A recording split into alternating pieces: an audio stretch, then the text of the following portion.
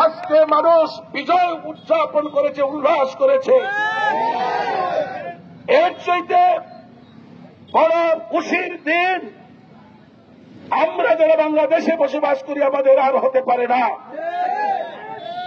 আমরা আজকে এই বৈষম্য বিরোধী ছাত্র আন্দোলনে যে সমস্ত সন্তানেরা আত্মাহুতি দিয়েছে, বুকের তাজা রক্ত ঢেলে দিয়েছে, যাদের রক্তের বিনিময়ে আমরা আজকে মুক্তির স্বাদ আমরা গ্রহণ করছি, যাদের রক্তের বিনিময়ে আমরা আজকে বিজয়ী হয়েছি, বিজয় উল্লাস করছি, আমি তাদের আত্মার মাগফিরাত কামনা করছি।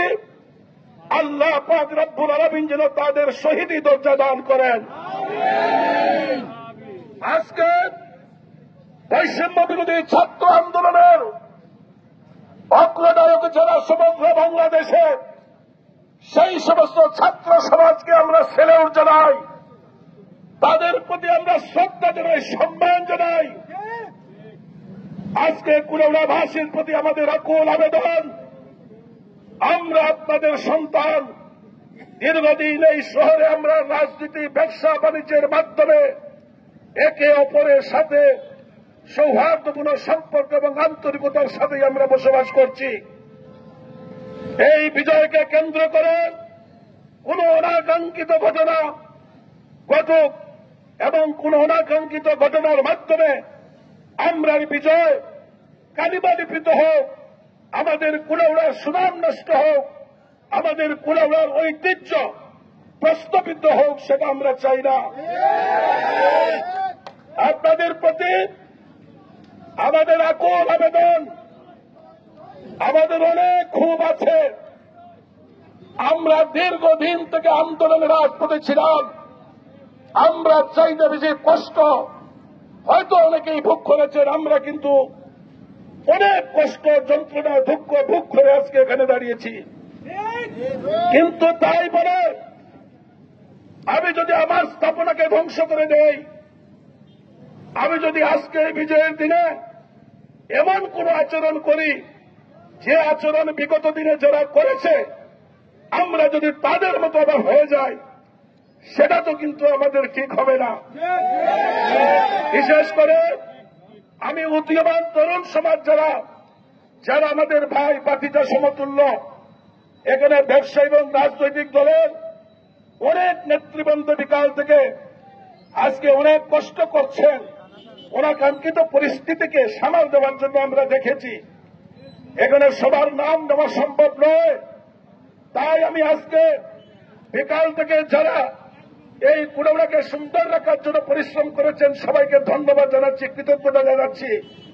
পাশাপাশি আপনাদেরকে অনুরোধ করছি, আপনাদের দায়িত্ব শেষ হয়ে যায় নাই, আপনারা আমরা সবাই মিলে আমরা আমাদের কুলাউড়ার সম্পদ রক্ষা করতে হবে। বিশেষ করে ব্যবসা প্রতিষ্ঠান আমরা লক্ষ্য করছি, ইতিমধ্যেই দুই একটি ব্যবসা প্রতিষ্ঠানে হাত দেওয়া হয়েছে। আপনাদের আমি একজন ক্ষুদ্র সহকর্মী হিসাবে, আপনাদের একজন ভাই হিসাবে, এই কুলাউড়ার দীর্ঘদিনের একজন সাথী হিসাবে আমি হাত জোড় করে আপনাদের কাছে অনুরোধ করছি, দয়া করে কুলাউড়ার কোন ব্যবসা প্রতিষ্ঠানে আপনারা হাত দিবেন না। দোষ করতে পারে যে ব্যক্তি দূষিত, সে আজকের বাংলাদেশে এমনিতেই তারা অনির্বাচিত হয়ে গেছে, নির্বাচিত হয়ে গেছে। আজকে আপনারা জানেন সেনাপ্রধানের নেতৃত্বে যে বৈঠকটি হয়েছে, সে বৈঠকে আওয়ামী লীগ ছাড়া বাংলাদেশের সব রাজনৈতিক দল ছিল। কাজে এমনিতেই তারা আজকে 18 বছরের ব্যবহারের জন্য তারা ইতিহাস থেকে তারা মুছে গিয়েছে, ইতিহাস থেকে তারা বিলীন হয়ে গিয়েছে। দয়া করে ব্যক্তির দোষের জন্য তারা ইতিমধ্যেই দূষিত হয়ে গিয়েছে, আর আপনারা ব্যক্তির দোষের জন্য কারো প্রতিষ্ঠানে আপনারা হাত দিবেন না।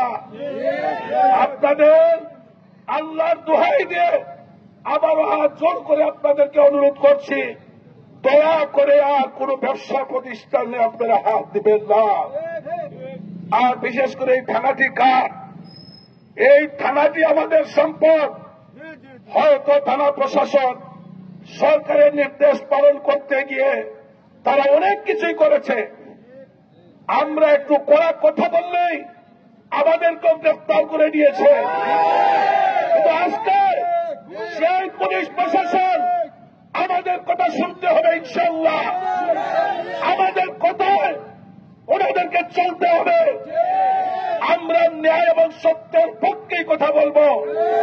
আমরা ন্যায় এবং সত্যের পক্ষেই আমরা থাকব।